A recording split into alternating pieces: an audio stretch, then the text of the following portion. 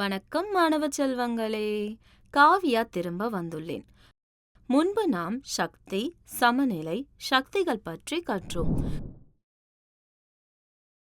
சமநிலையற்ற சக்திகள், இயக்கத்தின் முதல் விதி மற்றும் செயலற்ற தன்மை. இப்போது தாமதிக்காமல் வேகம், இயக்கத்தின் இரண்டாவது விதி மற்றும் இயக்கத்தின் இரண்டாவது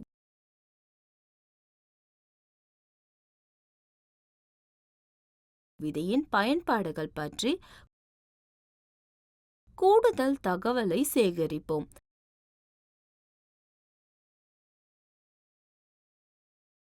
அதற்கு முன் கற்றல் நோக்கங்களில் கவனம் செலுத்துவோம். கற்றுக்கொள்வீர்கள்.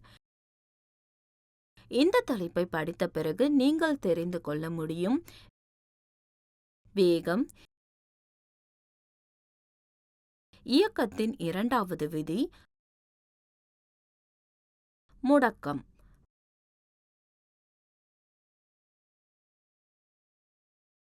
முக்கிய வார்த்தைகள்: வேகம், இயக்கத்தின் இரண்டாவது விதி, முடுக்கம்.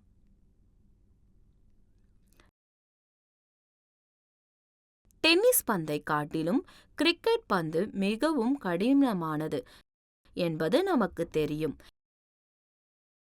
கிரிக்கெட் பந்தையும் டென்னிஸ் பந்தையும் ஒரே வேகத்தில் அல்லது வேகத்தில் வீசுகிறோம் என்று வைத்துக்கொள்வோம்.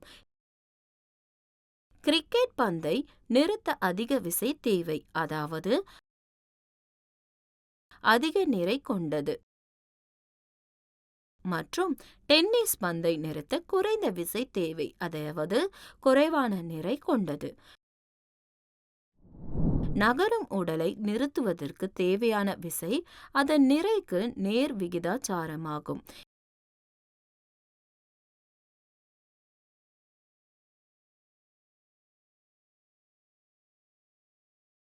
இப்போது ஒரே நிறை கொண்ட இரண்டு பந்துகளை வெவ்வேறு வேகத்தில் அல்லது வேகத்தில் வீசினால் அதிக வேகத்தில் நகரும் அந்த பந்தை தடுக்க அதிக விசை தேவை என்பதையும், குறைந்த வேகத்தில்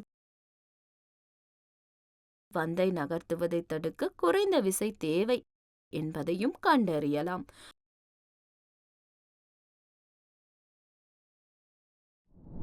உடலில் உள்ள இயக்கத்தின் அளவு உடலின் நிறை மற்றும் வேகத்தை பொறுத்தது.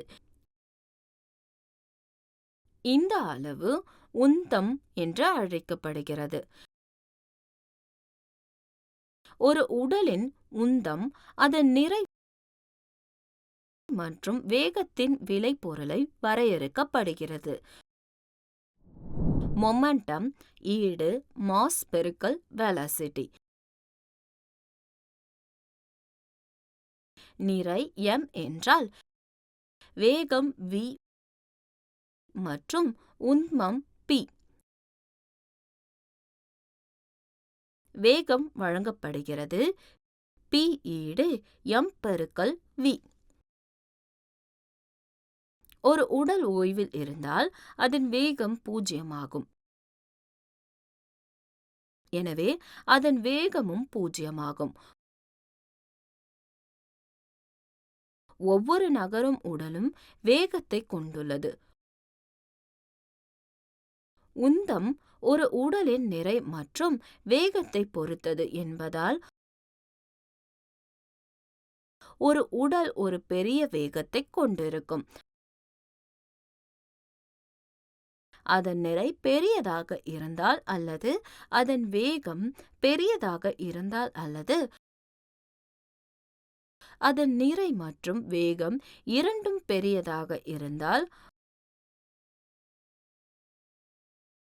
உந்தம் கிலோமீட்டர் மீட்டர் கீழ்கோடு வினாடியில் அளவிடப்படுகிறது. ஒரு கார் அல்லது பேருந்து அதிக வேகத்தில் அல்லது அதிக வேகத்தில் இயக்காமல் இருக்கலாம். ஆனால் அதன் பெரிய நிறை காரணமாக அது மிக அதிகமாக வேகத்தை கொண்டுள்ளது. இது வழியில் வரும் நபரை காயப்படுத்தலாம். குறைந்த வேகத்தில் ஏற்படும் விபத்துகளை விட அதிக வேகத்தில் ஏற்படும் சாலை விபத்துகள் மோசமானவை என்பது பொதுவானது. ஏனெனில் அதிக வேகமாக ஓடும் வாகனங்களின் வேகம் மிக அதிகமாக இருப்பதால் வாகனங்களுக்கு அதிக சேதம் மற்றும் பயணிகளுக்கு காயங்கள் ஏற்படுவதே இதற்கு காரணம். ஒரு கிரிக்கெட் வீரர் ஒரு பந்தை பிடிக்கும் போது அந்த வீரர் பந்தை பிடிப்பதை தாமதப்படுத்துகிறார்.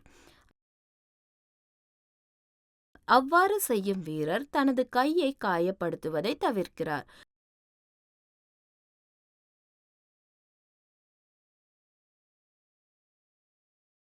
பந்தில் வேகம் உள்ளது மற்றும் கேட்சை தாமதப்படுத்துவது பந்தின் வேகத்தை குறைக்கிறது. எனவே உடலின் வேகம் காலப்போக்கில் குறையும் போது வேகத்தை குறைக்கலாம்.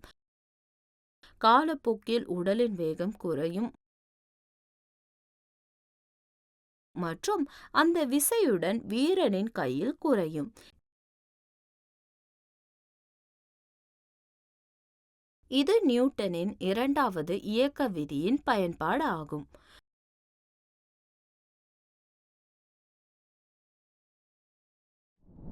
நியூட்டனின் இரண்டாவது இயக்க விதியானது காலப்போக்கில் உடலில் வேகத்தை மாற்றுவது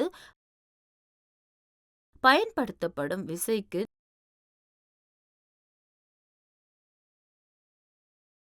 நேரடியாக விகிதாசாரமாகும் மற்றும் விசை செயல்படும் திசையில் நடைபெறுகிறது. நியூட்டனின் இரண்டாவது விதி இவ்வாறு வெளிப்படுத்தப்படுகிறது. ஃபோர்ஸ் ப்ரொபோர்ஷனல், அதாவது விகித சமம், சேஞ்ச் இன் மொமெண்டம் கீழ்கோடு டைம் டேக்கன். ஆரம்ப வேகம் u கொண்ட m நிறையுடைய உடலை கவனியுங்கள்.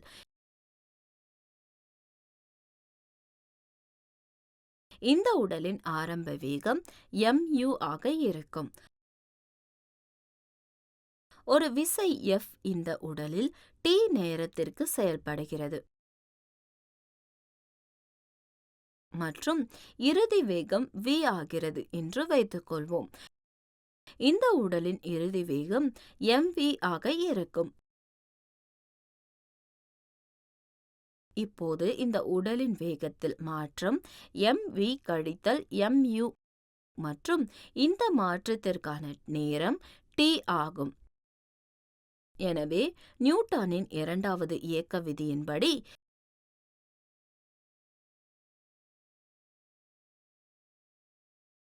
F proportional to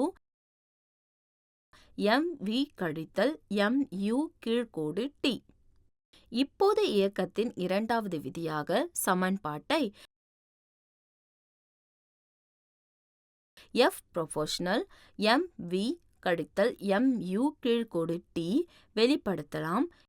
முடக்கம் a எனப்படும் நேரத்துடன் வேகத்தில் ஏற்படும் மாற்றத்தை குறிக்கிறது.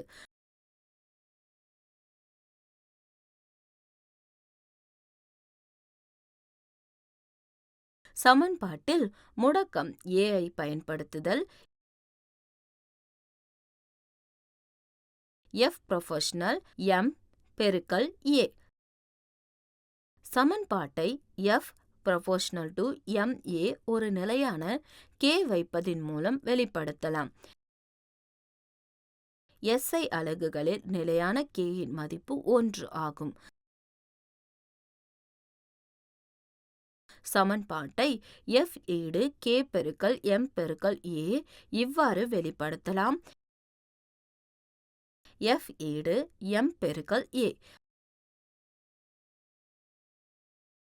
விசை என்பது நிறை மற்றும் முடக்கத்தின் விளைபொருளாக இருப்பதால் விசையானது SI அலகுகளில் கிலோகிராம் மீட்டர் கீழ்கோடு வினாடி 2 அளவிடப்படுகிறது. கிலோகிராம் மீட்டர் கீழ்க்கோடு வினாடி மேலிலக்க 2க்கு பெயர் நியூட்டன் வட்ட அடைப்புக்குறிக்குள் n இயக்க விதிகளை உருவாக்கிய ஐசக் நியூட்டனின் பெயரால் பெயரிடப்பட்டது.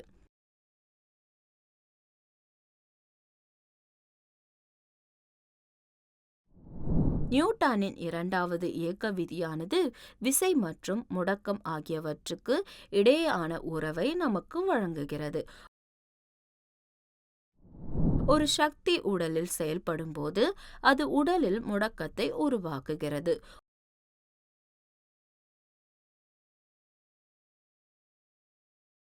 உற்பத்தி செய்யப்பட்ட முடுக்கம் நேர்மறை அல்லது எதிர்மறையாக இருக்கலாம்.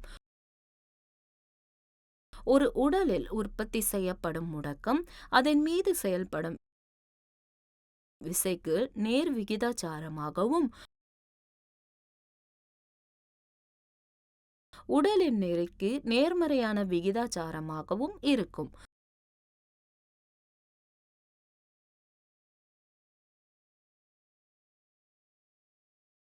உற்பத்தி செய்யப்படும் முடுக்கம் உடலின் நிறைக்கு நேர்மறையான விகிதாசாரமாக இருப்பதால்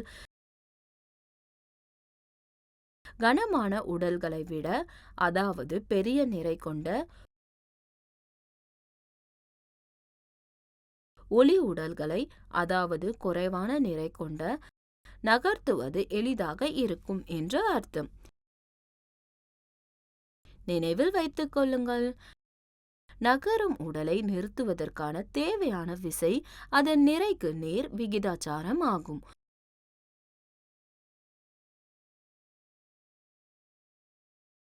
ஒரு உடலின் உந்தம் அதன் நிறை மற்றும் வேகத்தின் விளைபொருளாக வரையறுக்கப்படுகிறது. ஒவ்வொரு நகரும் உடலும் வேகத்தை கொண்டுள்ளது.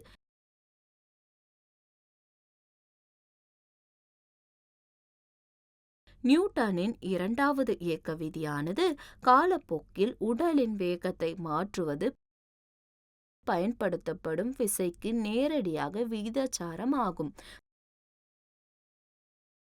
மற்றும் விசை செயல்படும் திசையில் நடைபெறுகிறது.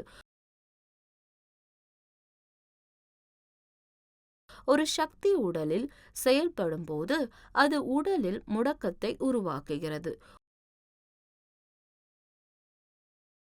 ஒரு உடலில் உற்பத்தி செய்யப்படும் முடுக்கம் அதன் மீது செயல்படும் விசைக்கு நேர் விகிதாசாரமாகவும் உடலின் நிறைக்கு நேர்மறையான விகிதாசாரமாகவும் இருக்கும்.